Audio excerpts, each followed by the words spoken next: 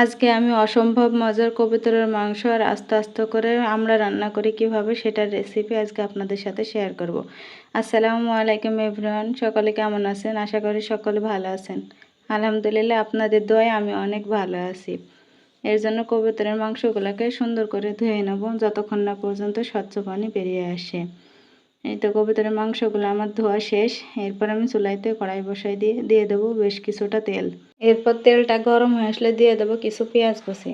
আমি এখানে পেঁয়াজ বাটা ব্যবহার করব, তার জন্য পেঁয়াজ কুচিটা অল্প পরিমাণে ব্যবহার করেছি। এই তো পেঁয়াজটা একটু লাল লাল হয়ে আসলে দিয়ে দেবো বাটা মশলা। বাটা মশলাতে দিয়েছি আদা বাটা, রসুন বাটা, পেঁয়াজ বাটা, 1 টেবিল চামচ গোটা জিরা আর কয়েকটা শুকনো মরিচ।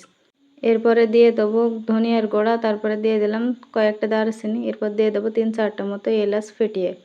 এরপর এটাকে সুন্দর করে মিক্স করে নিয়ে দিয়ে দেবো পরিমাণ মতো হলুদের গুঁড়া।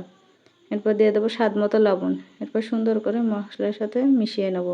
দিয়ে মশলাটাকে একটু সুন্দর করে কষিয়ে নেব। মশলাটাকে একটু সময় নিয়ে কষিয়ে নেব। মশলা যখন কষানো হয়ে যাবে তখন এরপরে ধুয়ে রাখা কবুতরের মাংসগুলোকে দিয়ে মশলার সাথে সুন্দর করে মিশিয়ে নেব। মশলার সাথে মাংসগুলোকে একটু সময় নিয়ে মিশিয়ে নেব। এরপরে দিয়ে দেবো কিছুটা পানি, দিয়ে এটাকে আবার সুন্দর করে কষিয়ে নেব।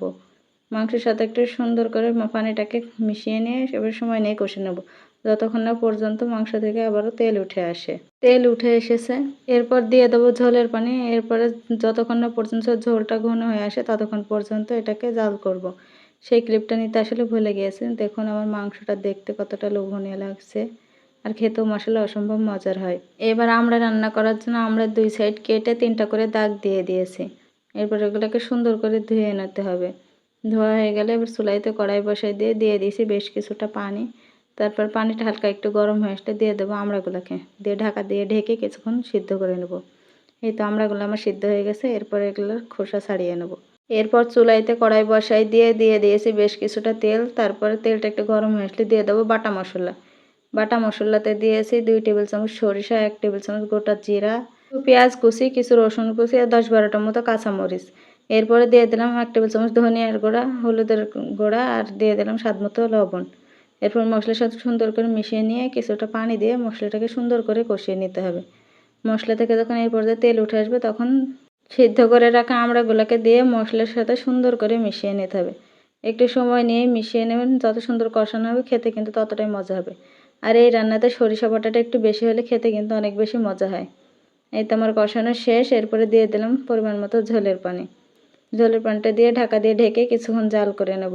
ঢাকা তুলে 2-1বার নেড়ে দিতে হবে। এর জন্য আমি ঢাকা তুলে একবার নেড়ে দেবো। এরপর আবারও ঢাকা দিয়ে ঢেকে কিছুক্ষণ জাল করে নেব যতক্ষণ না পর্যন্ত ঝোলটা ঘন হয়ে আসে। আমার ঝোলটা দেখেন অনেকটা ঘন হয়ে এসেছে। এই পর্যায়ে এটাকে আমি নামিয়ে নেব। দেখুন দেখতে কতটা লোভনীয় লাগছে, আর খেতে মশলা অসম্ভব মজার আর সুস্বাদু হয়। একদিন হলো ট্রাই করে দেখবেন, আপনাদের কাছেও ভালো লাগবে। আশা করি রান্নাগুলো আপনাদের সকলের কাছে ভালো লেগেছে। সকলে ভালো থাকবেন এবং সুস্থ থাকবেন।